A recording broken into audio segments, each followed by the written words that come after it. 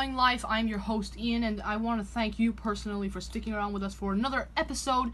And we don't have much time here today, but I did want to make a little perspective video. And when I started making perspective videos, I just thought to myself, really? Perspective videos? That's not even your specialty, because definitely perspective was definitely not my specialty. But I do want to share with you a little bit of what I've learned, because perspective was ridiculously confusing for me in the very beginning, and I just wanted to share with you a little bit about what I have learned in these going out of focus here in these past few years after I've learned perspective. It really is a matter of trial and error. And I have made many mistakes in the past with perspective, as you can see if you go read some of my comics or graphic novels, or even go back to my old videos, landscape videos. I have made a lot of mistakes, but perspective has helped tremendously. And what I've done is I have talked about this before, so I don't want to make it too I don't want to make it too long, but this might be your first Drawing Life episode, so I do want to explain a little bit about it, about what I'm doing. I have placed these two. I've placed a long line right here. It's called a horizon line, and these two things are called the vanishing points, and it continues down. I've made these two lines that sort of go this way, so it looks like you're looking at a meadow, right? But then that is exactly what we're doing here today. We're going to be drawing a house in a meadow. I'm going to add a few lines more in time lapse, and we'll be right back. Okay, so first mistake of the day. I have made a little mistake. As you can see, I made these. This is the hardest part of it, making these sort of things and try to fan out. Try to make it fan out anyway. And it's kind of hard and tricky to do such a thing when you're trying to do so. But I have but you sort of get the idea. Try to move it a little bit that way so that you'll be able to get the correct perspective. But for now, I'm gonna draw another perspective line right here and another line right here. And if you want to make a perspective drawing yourself, I think it would be helpful to get a clearer ruler. Let me see if I can find a clear ruler here. Here we go. And this is a smaller ruler, so maybe it'll be easier to make these lines. Okay, so let's start work on the roof of this house. And what I'm gonna do first is I'm going to draw another line that comes in from this way, a line that comes very close to this second line. As you can see, I've sort of been fanning out these. And I'm gonna start using these guidelines. I'm gonna make it. This is a little too close, so I'm gonna make another one right there. Don't worry about this one over here. Just make it a little bit closer, like that. And right now I'm going to. Whoops, bouncing camera. I'm going to continue doing that, and we have a very nice looking house. We can always add details later. But for now, I'm going to start. And that is exactly what I'm going to be doing now. Boy, what's wrong with me today? And I'm going to do that in time lapse, and we'll be right back. Okay, so now I'm going to answer the worldwide question: why is it so important to have all of these lines around here? Sorry, I'm making a little chimney here, so bear with me for a little before I answer this question. So as you can see, if you want to make windows, for example, as I did here, you're gonna want that to be in perspective, right? You don't want to make a window that sort of looks like goes down, up, and it will look really weird if you try. But what makes it easy is that we have already a line that goes all the way up from here. And it's what the ceiling sort of is standing on, as I like to call it. It's standing on it, and we can make this window parallel, these lines parallel to each other. And down here we have another line that goes down here, so we can make this line parallel to this one. And that's all it is. And it's very cool, and it also gives your lines a little professional look. Same thing up here. For the door, it's starting to look like a old-fashioned schoolhouse. But as you can see, this line comes up, goes parallel that way. This line is parallel over there. And I'm gonna go back into time lapse, finish up some more details, such as the chimney, make some smoke going up maybe, and we'll be back.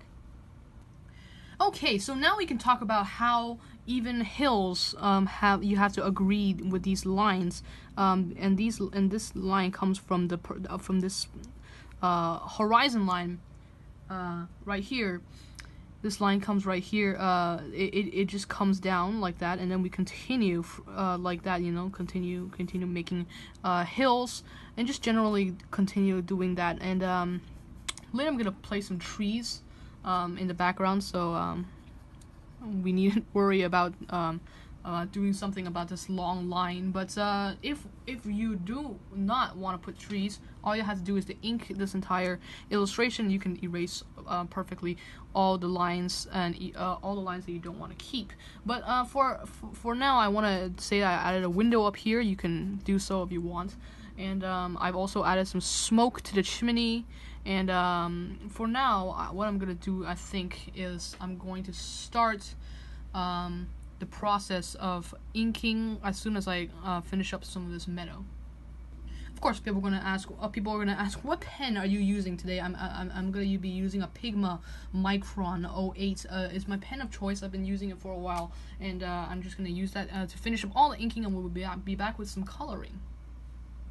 Okay, so I just wanted to quickly explain here that this line, this road here that I've added, it also has to correspond with this line coming in. I don't know if you can see anymore because I placed some pretty bold lines here, but I have put in this line here, and then that can correspond with that. It doesn't go that way or that way because that would look kind of weird, right? So I think that basically brings us to the end of the inking process. I did say I was going to put some trees in the background, so that's what I'm gonna do in just a moment. Let me just shade in some of this area here. I do have a little video on cross hatching that I will link to in the description box below, or maybe in the cards section. And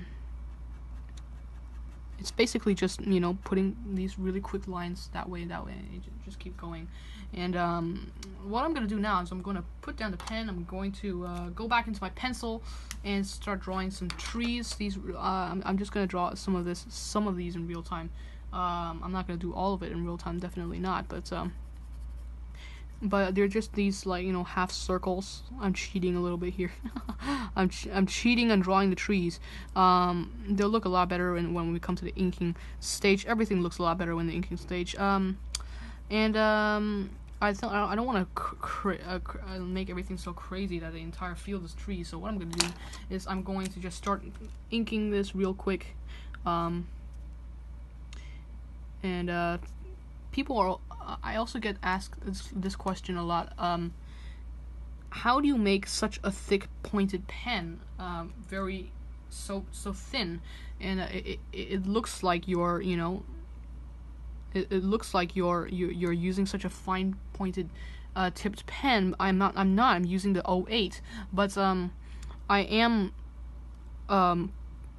like holding the pen at a very horizontal, almost horizontally across the page, so that sort of helps in this. But when I want to get some really thick lines, I'll also slide across my hand across, like real slowly. And if I want to get a, you know, fine point, that gives me a really you know, thin point. But for now, I'm going to put down some shading in here, like I talked about in the cross hatching, still going a little bit horizontally. So,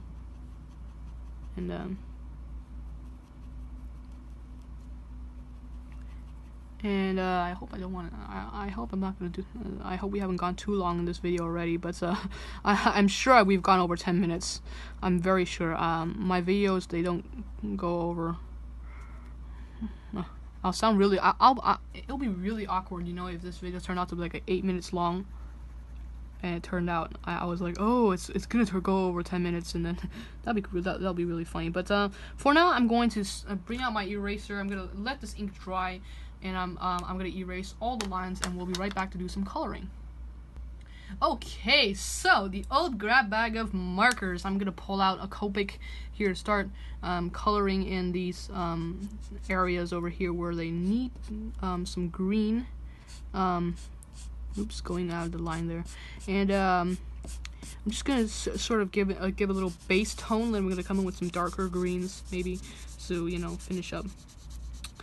some of these areas. I'm going out of frame here, so we don't actually need to color that part. But yeah, I think I really don't want to do this in real time because this video has probably gone on longer than expected. But yeah, I'm going to when I switch colors, I will probably come back. For now, I'm gonna flat out this entire area, and we'll be right back. Okay, so came in with a lot of green there, but what I'm gonna do now is I'm gonna make some clouds, some pretty huge clouds. This is not a lesson on how to draw clouds, but maybe you can see my sort of technique for drawing clouds here. If you want me to make a video about drawing clouds, I will do so at some point. So maybe I'll put up a poll or something. How many, or maybe just ask you to leave it in the comment section, and whoever wants me to make a video about clouds. But I think I'm gonna what I'm gonna do now is I'm gonna switch to some blue. Let's see if I can find some good old blue for the summer. Oh boy, I'm coming in with quite a bit too much of markers that I can't even find it. Sorry about this. I need to make a cut in the video. I'll be right back. Whew, okay, sorry about that. I needed to come in with some blue. I'm gonna go into time lapse for this, and we'll be right back. Alright, so flatted that entire blue out of the way. I hope because if I actually didn't flat the entire one because this is just a camera, what the camera's getting. If you look at the whole page, it's not getting the whole thing, but I hope you found some use for this video in some way. But for now, I'm gonna finish up the house and the road. Maybe give it some gray. Let's see if we can find some gray here. Gray, where are you? You know what? Let's not use gray for the road. That doesn't seem very correct. Let me see if I can find some brown instead. Okay, so instead I found some yellow. Maybe we should make it a yellow brick road, and that's actually a very good idea. Let's make it a yellow brick road. It was a Wizard of Oz, 1960 something, so it can't be an anniversary yet. So this is, in a way, sort of a tribute to the Wizard of Oz. Maybe think about it. Just quickly dash some of that brick in there.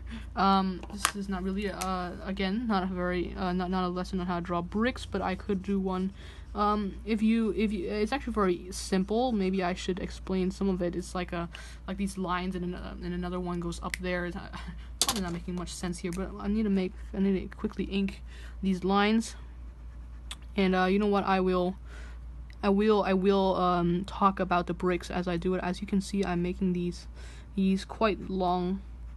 These parallel lines are quite messy, and because we really don't have much time. Then one line goes up this way, like left right pattern, as I've noticed in many bricks. Sometimes there are even three. See, like that, right? So it's like left, right, left, right, left, right, left, and it continues like that. But for now, I'm going to color in the house. What color should the house be? Let's make it. I seriously need to find that brown so we can get into it.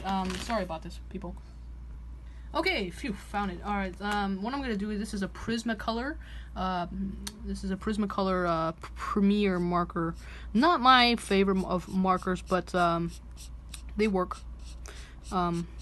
most of the time. They dry out pretty fast. If you think about it, these are the cheaper markers, like $15 for like 12 of them. 12 Copic markers cost me like $100 on Amazon and in Michaels. Yeah, like the 6 set cost me like $50 something. It may hurt your wallet a little bit, but Copics are the best. I will give it to them for that. They just feel so nice. The Prismacolors, they're not like awful, but I just don't like them. I just don't like the feel of them, and I also do not like the horrible smell they give away. The Copics, even Copics, they smell much better than the Prismacolors. This Prismacolors just smell horrible. I wonder if it's toxic. This is getting kind of weird, people. I mean, I'm markering this, and I'm talking about I'm I'm supposed to be teaching 2-point perspective, and I start talking about wondering if Prismacolor's smell is toxic. Oh my goodness. Okay. I think we're nearly done to end this video. I'm quickly finish this up, see if anything else needs anything, and we'll be right back.